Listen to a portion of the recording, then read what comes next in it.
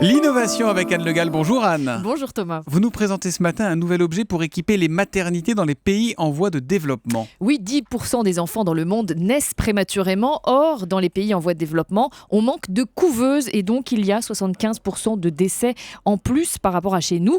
Et c'est après avoir vu un reportage dramatique sur le sujet qu'un étudiant anglais de 23 ans a conçu une couveuse gonflable. Gonflable. Et elle ressemble à quoi alors cette couveuse gonflable ? Alors dégonflée, on dirait une petite valise qu'on peut envoyer facilement par la poste. Ensuite gonflée, on la gonfle à la bouche. Elle ressemble à une petite boîte transparente avec une porte souple comme celle d'une tente en fait. Vous avez la photo sur Twitter avec le hashtag Europe 1 matin. Un matin, voilà.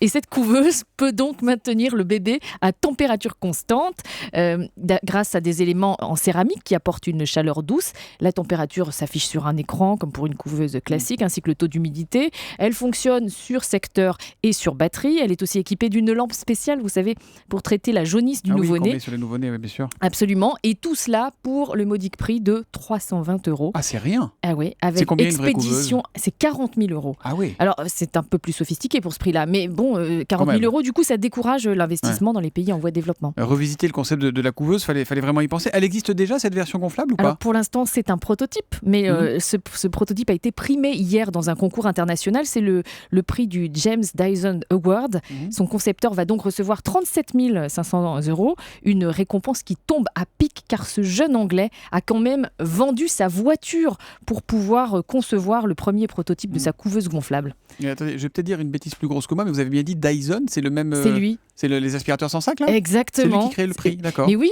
comme lui, il a eu du mal à trouver des investisseurs à ses débuts. Il a mis 15 ans pour pouvoir commercialiser son aspirateur sans sac. Et bien du coup, maintenant qu'il a de l'argent, il sponsorise de jeunes inventeurs. Et c'est peut-être grâce à lui donc, que cette couveuse gonflable verra le jour. La chronique innovation tous les matins avec Anne Le Gall sur Europe 1. Merci Anne.